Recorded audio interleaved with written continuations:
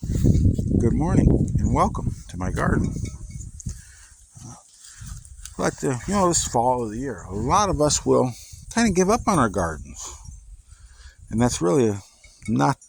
This is really the best time of year to be getting a lot of stuff done, and a lot of things will grow great this time of year.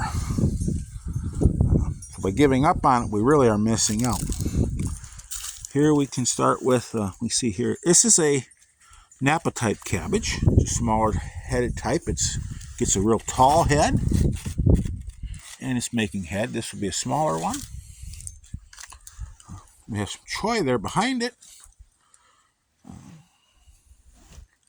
We also have some red beets in here.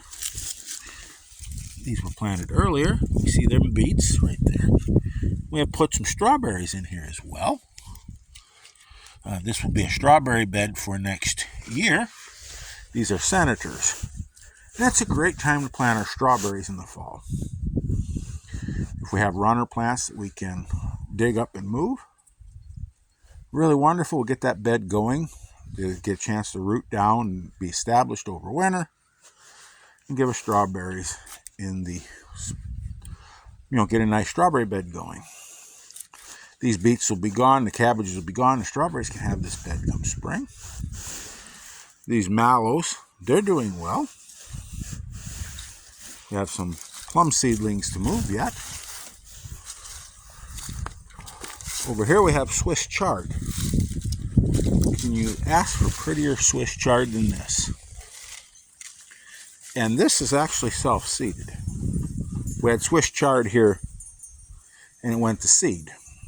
It had been planted last spring and it overwintered. We used Swiss chard off of it most of the summer till it set up its seed stock.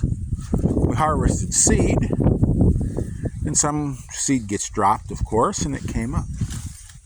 We have the Swiss chard. We have a few peas. This is the snow pea. Just a few left. Again, that's self-seeded. We allowed some ours to go to seed, and the pods got busted open, some of them. When we were harvesting, when we dropped seed, we didn't see them. These have a brown seed, and they came up. We have a few snow peas. This is the green that we've been growing here for several years. It's a cross of a Napa cabbage and I don't know what. We're trying to get it stabilized. It's a wonderfully tasting green. It's mild. It's especially mild this time of year and very winter hardy. And over here we have a little surprise. We had grown carrot, let them go for seed, and some of the seeds fell out on the ground. The wind come in here, a bit of a storm knocked it over, knocked a bunch of seed out. We did get plenty of seed, but we also have carrots everywhere. There's some volunteer carrots and some volunteer choy where we had grown for seed. We harvest, sometimes the pods will break open and self-seed. But over here we have something that's intentionally seeded. This is our spinach. This is a bed of spinach for next year. We'll be putting a row cover on this to protect it. The spinach will come up, and come spring this will really take off and make us our spinach for next year. Around here, trying to grow spinach from spring seeded is a waste of time. This is a European variety, one of several that I grow that is known for overwintering. I can't remember which one I put in here, but it's not that Bloomsdale long-standing. American spinaches tend to be weak. They don't overwinter as well as the older European varieties, and hence in this area, if I'm going to grow spinach, I'm going to have that European spinach, or it's really a waste of a bed. Here we have some transplanted greens. These will get covered. And we'll extend the season. And underneath here is lettuce planted. Seeded in here. The lettuce will come up. And after these greens are gone, that lettuce will come up. And that will be spring lettuce. It's already planted. Our lettuce for next spring is planted. And it will be great. Gets up, it'll beat the heat. And we have also a few bunching onions that were planted in down here. A few leftover leeks that weren't very good from last summer.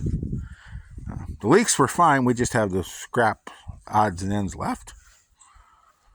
And this here is another bed of mustard. And this will get covered as well. And this is another bed of spinach and mustards. Again, for next year. Excuse me. That bed is kale. And this is mustard and spinach. I haven't got my tags out here yet, and I better do that soon before I'm forgetting what's where. But it's also a good time for radishes. See some small daikons there. Some small ones. There. And we have some bunching onions there. These are the ones we're using out of right now. Some of our larger cabbages. These are Napa cabbages, and these are a larger type. Their heads are starting to firm up pretty good. And here we have some more daikon. And some turnips. Great time to grow turnips. And daikons. Oh, they're so much better than they are when they're planted any other time of year. This cool weather, they are just delicious. Here we have some that are just about ready to harvest. Some radishes there. As a matter of fact, we have been harvesting them.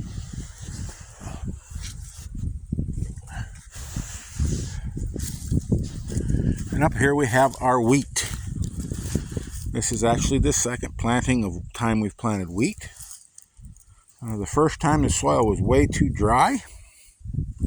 We knew it was dry. They were called for some rain. We didn't get it. And we didn't get enough. And it didn't germinate. The birds ate it. And we didn't have, so it didn't come. So we had to replant. This is our winter wheat. And we see a few of the field peas as well here, seed.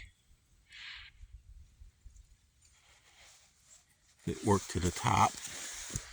And there's our wheat. So anyway, I thank you for joining me in my little walkthrough here. I hope you enjoyed it. And maybe it encourages you to not give up on gardening just because it starts to get a little cold.